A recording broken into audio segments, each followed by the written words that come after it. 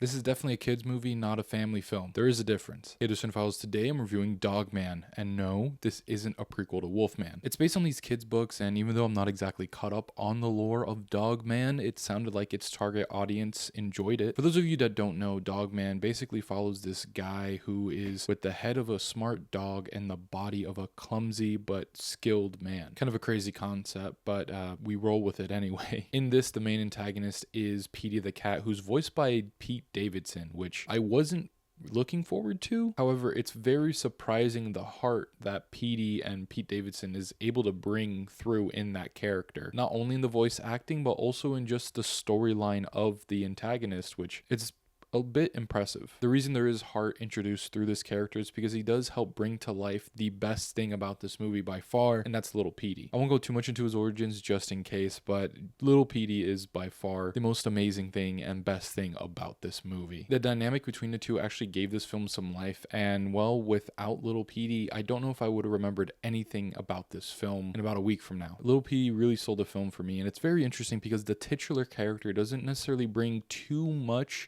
heart or depth into this story outside of the beginning, really. Dogman himself really just acts as a focal point for other much more interesting characters to grab a hold on to. And I know there are many people out there who say kids movies don't need to be that deep or anything, but I fully disagree. There are wonderful and great kids films with multiple layers to them, and I know not every kids movie can do that, or even every movie, but the fact that this movie does try to give a little bit more is pretty nice, even if most of the film does fall very flat. What really didn't work for me was the majority of the jokes. There are times where they are trying with some pretty clever stuff, but a lot of them just feel so been there, done that. That combined with a pretty unfocused story and pretty okay characters, I mean, it's just, I don't know if I'll really think about this movie for much longer. Getting into the animation, though, there is this style that is 2D, 3D that started with Into the Spider-Verse in the mainstream. In this one, though, it does lean closer to the Captain Underpants movie, as it is from the same studio, and the art style from the novels tends to lean towards that art style too. So it does overall have a very interesting look, especially with some fun camera work in here. But there is one character that just had a different frame rate, and